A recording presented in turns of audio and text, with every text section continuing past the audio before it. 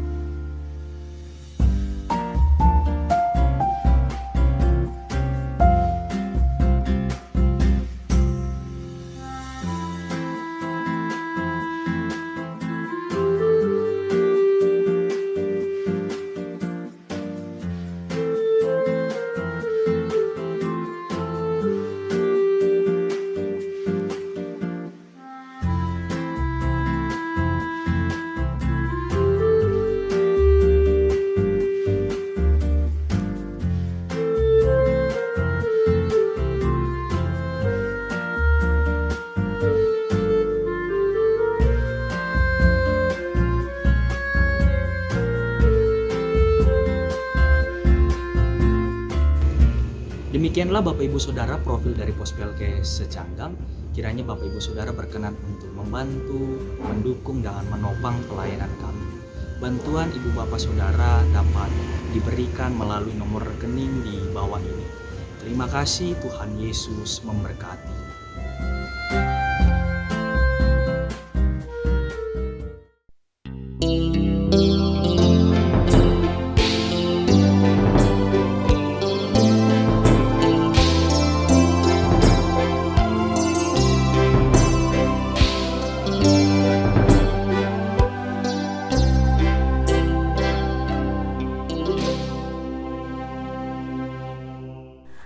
Shalom, jumpa lagi dalam program Morning Call GPIB.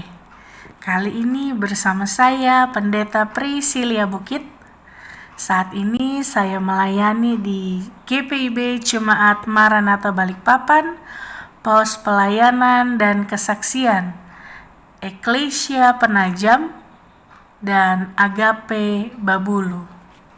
Bapak Ibu, kita akan mengawali hari ini dengan membaca dan mendengarkan firman Tuhan yang terdapat dalam kitab Injil Matius 12 ayat 22 sampai 24. Sebelumnya mari kita berdoa.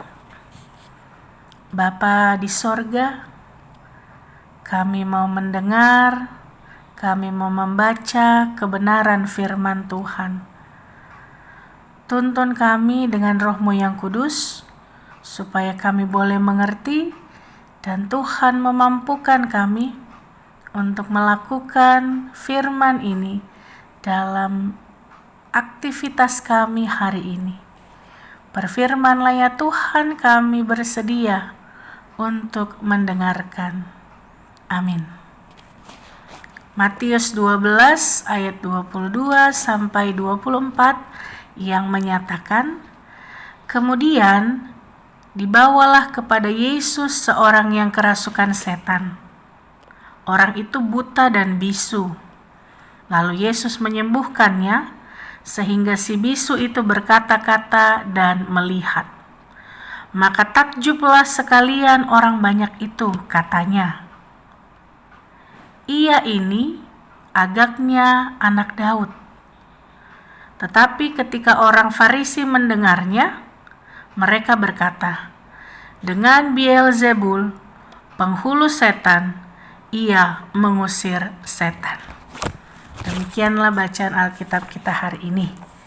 Yang berbahagia adalah mereka yang membaca, mendengar, dan melakukannya dalam kehidupan sehari-hari. Nah, Bapak Ibu dan saudara-saudara yang Tuhan Yesus kasihi, iri hati.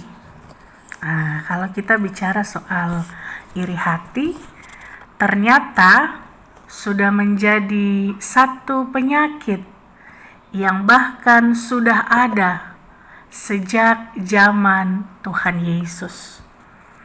Bacaan kita hari ini menggambarkan dengan jelas bagaimana reaksi orang-orang Farisi ketika mereka melihat Yesus melakukan mujizat yang luar biasa kepada seorang yang buta, bisu, yang pada saat itu sedang kerasukan setan.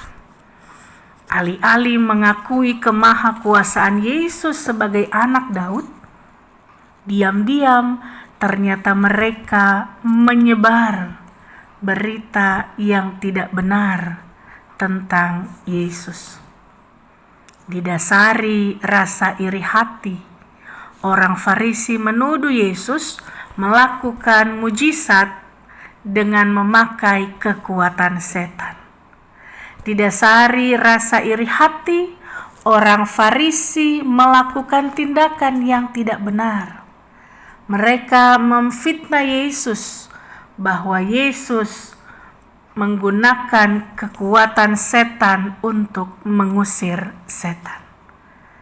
Didasari iri hati, mereka melakukan suatu kejahatan. Dari sini kita belajar bahwa iri hati bisa membuat orang jatuh dalam perbuatan dosa. Iri hati merupakan awal dari kehancuran. Dan faktanya penyakit ini, iri hati ini sangat dekat dengan kehidupan kita setiap hari. Betul ya? Dalam hubungan persaudaraan misalnya, yang paling dekat kita temui saudara kita, keluarga kita. Katanya saudara, katanya keluarga, tapi kok saling iri hati? Katanya saudara, tapi kok saling menyakiti? Katanya keluarga, tapi kok diam-diam kita ngomongin di belakang, menjelek-jelekan saudara kita? Bisakah orang jadi saudara kalau disertai dengan sikap-sikap seperti ini? Ya mungkin bisa saja, karena faktanya banyak kita temui saudara tapi saling gontok-gontokan. Banyak kita temui kakak adik kandung tapi saling menyakiti, saling iri hati. Kalau yang kakak adik kandung saja bisa seperti ini, pertanyaannya bagaimana dengan orang-orang yang ada di dalam persekutuan, di dalam gereja, yang selalu bilang kita ini saudara seiman, kita saudara dalam Tuhan. Nah, karena faktanya saudara-saudara di dalam Tuhan ini seringkali diam-diam saling fitnah, diam-diam saling menjatuhkan, diam-diam saling menghakimi. Bilangnya saudara, tapi menyakiti. Bilangnya saudara, tapi dengan sengaja menjatuhkan saudaranya. Bilangnya saudara, tapi iri hati. Saudara macam apa yang seperti itu? Ya kan? Tapi sayangnya fakta membuktikan hal ini sering terjadi dekat dengan lingkungan kehidupan kita. Itulah yang terjadi kalau persaudaraan dibangun dengan dasar emosional. Coba kalau persaudaraan dibangun dengan dasar takut akan Tuhan, dibangun dengan dasar ingin memuliakan nama Tuhan, maka tidak akan ada orang yang iri hati satu dengan yang lain. Tidak akan ada orang yang mau untuk memfitnah saudaranya, ngomongin yang gak benar tentang saudaranya. Tidak akan ada orang yang iri hati kalau lihat saudaranya sukses, lihat saudaranya bahagia. Mengapa? Karena orang yang takut akan Tuhan, dia pasti akan berpikir sebelum bertindak. Dia pasti akan berpikir, kalau saya bikin begini, saudara saya sakit hati gak ya? Dia akan berpikir, kalau saya bilang begitu, saudara saya sedih gak ya? Kecewa gak ya? Kalau saya melakukan ini, saudara saya akan bahagia atau sebaliknya, justru akan sedih. Persaudaraan Bapak Ibu harus dimulai dengan dasar berpikir yang tepat, yang benar, yang sama. Apa dasar berpikirnya? Kalau kita baca dalam Matius 12 ini yang ayat 50, Yesus bilang, siapapun yang melakukan kehendak Bapakku, dialah saudaraku. Artinya kita bisa ada dalam persekutuan, kita bisa ada dalam persaudaraan yang sama hari ini. Semua itu hanya karena kita sama-sama takut akan Tuhan. Kita mau memuliakan nama Tuhan. Persekutuan, persaudaraan kita bisa jadi kokoh hari ini. Semua itu hanya karena kita mau melakukan kehendak Tuhan. Kita sama-sama mau untuk hidup memuliakan nama Tuhan. Dan kalau orang memulai dengan ingin memuliakan nama Tuhan, maka ia pasti akan berusaha untuk melakukan apa saja, berlomba-lomba, yang penting nama Tuhan dimuliakan. Sehingga di dalam gereja ini, di dalam keluarga kita dan dalam kehidupan kita sehari-hari, tidak akan lagi kita ketemu dengan orang-orang yang bilang kita ini saudara di dalam Tuhan, kita ini saudara seiman, tapi di belakang saling iri hati. Di belakang saling mengkhianati, fitnah, menyebarkan hal-hal yang tidak benar seperti yang dilakukan orang-orang Farisi terhadap Yesus. Kalau kita mulai dengan takut akan Tuhan, maka kehidupan kita, persaudaraan, kekeluargaan, hubungan kita di dalam Tuhan itu punya tujuan yang sama. Apa itu? Yaitu kita sama-sama mau bersaksi, mau menjadi saksi, memuliakan nama Tuhan. Jadi gak ada tujuan lain, hanya untuk memuliakan nama Tuhan. Kalau kita betul-betul saudara seiman, pasti kita akan mau mengingatkan saudara kita kalau ia melakukan kesalahan. Kalau kita melihat ada kecurangan, kita mau untuk berkata yang benar. Kalau kita betul-betul saudara seiman, kita tidak akan tega kalau melihat ada saudara kita yang hidup dalam kesusahan. Pasti sebagai saudara kita akan membantu, menolong bahkan tanpa diminta. Kalau kita betul-betul saudara seiman, maka kita akan saling mengingatkan satu dengan yang lain. Ayo kita hidup memuliakan nama Tuhan. Karena tujuan hidup kita cuma satu, yaitu memuliakan nama Tuhan dalam pekerjaan kita, dalam aktivitas kita, dan dalam setiap hal yang kita lakukan di hari-hari kehidupan kita. Jadi, Bapak, Ibu, dan saudara-saudara yang Yesus kasihi, sebelum memulai aktivitas kita hari ini, firman Tuhan mau ingatkan kita satu hal. Buanglah rasa iri hati. Karena segala sesuatu yang diawali dengan iri hati hanya akan menghasilkan kekecewaan, hanya akan menghasilkan patah hati, dan tidak akan ada dampak yang baik ketika kita mengawali hidup ini dengan iri hati. Tuhan Yesus memberkati Bapak, Ibu, saudara sekalian. Amin. Mari kita berdoa. Bapa di sorga, kami bersyukur firman Tuhan hari ini menguatkan kami, mengingatkan kami supaya kami boleh hidup sungguh-sungguh untuk memuliakan nama Tuhan, menjauhkan rasa iri hati, dan hanya hidup untuk memuliakan nama Tuhan.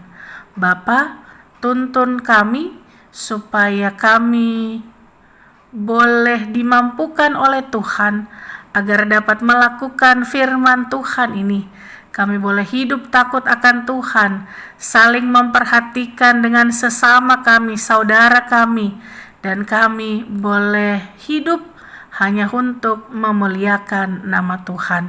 Berkati kami hari ini Bapa, dalam usaha pekerjaan kami, dalam aktivitas kami, studi kami, bahkan dalam apapun yang kami lakukan hari ini.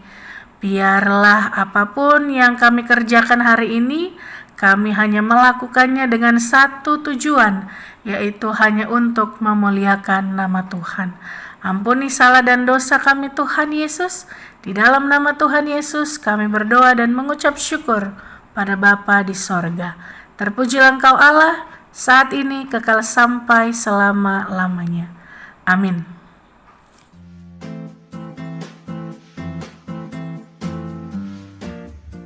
Shalom Bapak Ibu Saudara yang Tuhan Yesus kasihi, perkenalkan saya Pendeta Melki Patoni, Pendeta Jemaat GPIB Anugerah Pangkalan Berandan, Pospelkes Secanggang, Kabupaten Langkat, Mupel, Sumut, Aceh.